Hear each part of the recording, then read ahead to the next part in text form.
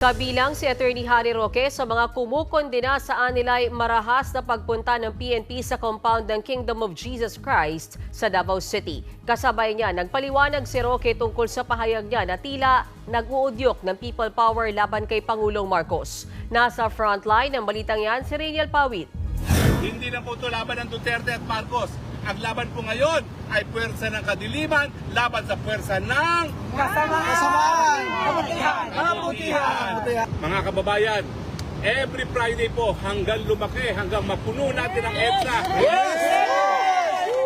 Kita-kita tayo dito sa Biyernes. Sinabi yan ni Attorney Harry Roque nitong Biyernes matapos pakawalan kasunod ng pagpapakontempt sa kanya ng Senado dahil sa umano'y pagsisinungaling. Ang mga binitawang salita ng dating presidential spokesperson ng Administrasyong Duterte tila nag-uudyok ng people power laban kay Pangulong Bongbong Marcos.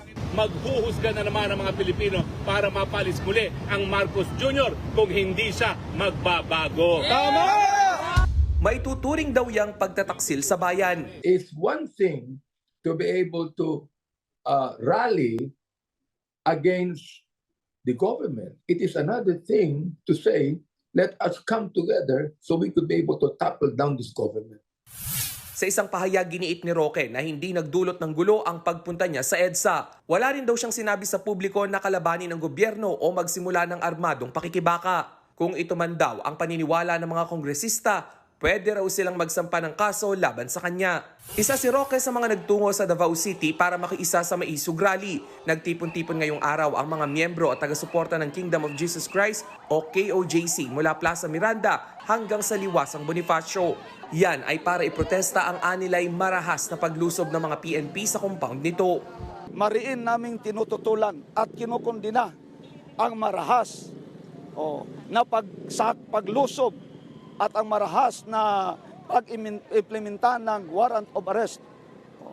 Na ngayon ay mula pa nung Sabado hanggang ngayon ay hindi pa nila nilisan ang aming compound.